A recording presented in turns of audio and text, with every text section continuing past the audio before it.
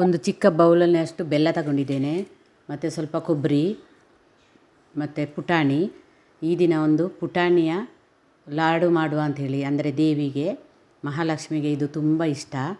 ಹಾಗಾಗಿ ನೋಡಿ ಇನ್ನೊಮ್ಮೆ ತೋರಿಸ್ತಾ ಇದ್ದೇನೆ. ಬೆಲ್ಲ, ಬಿಳಿ ಎಳ್ಳು, ಏಲಕ್ಕಿ ಒಂದು 4, ತುಪ್ಪ, ಪುಟಾಣಿ, ತೆಂಗಿನ ತುರಿ, ಇಷ್ಟೇ ಸಾಮಗ್ರಿಗೂ ಸಾಕು.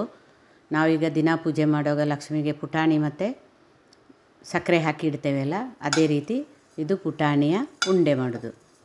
ನೋಡಿ ಈಗ ಎಳ್ಳನ್ನು ಸ್ವಲ್ಪ ಸರಿಯಾಗಿ ಹುರ್ಕೊಳ್ಬೇಕು. ಇದು ತುಂಬ ಇಷ್ಟ ಅಂತೆ ದೇವರಿಗೆ, ಮಹಾಲಕ್ಷ್ಮಿಗೆ ತುಂಬ ಇಷ್ಟವಾದ ಲಡ್ಡು ಇದು. ಪುಟಾಣಿ ಹೇಳ್ತಾರೆ, ಕೆಲವರು ಕಡಲೆಪಪ್ಪು ಅಂತ ಹೇಳ್ತಾರೆ.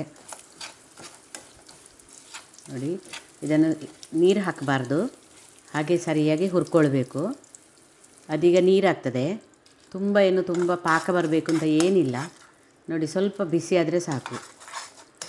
ಈಗ ಗ್ಯಾಸ್ ಆಫ್ ಮಾಡಿಕೊಂಡು ನಾವು ಮಿಕ್ಸಿ ಜಾರಿಗೆ ಹಾಕಿದ ಪುಡಿಯನ್ನೆಲ್ಲ ಹಾಕಿ ಸ್ವಲ್ಪ ತಿರುಗಿಸಿದರೆ ಸಾಕು. ಏಲಕ್ಕಿ ಹುಡಿ ಎಲ್ಲ ಹಾಕಿದ್ದೇನೆ, ಬೆಲ್ಲ ಎಲ್ಲ ನೋಡಿ ಹುಡಿ ಕೂಡ ಹಾಕಿ ಆಯಿತು. ಈಗ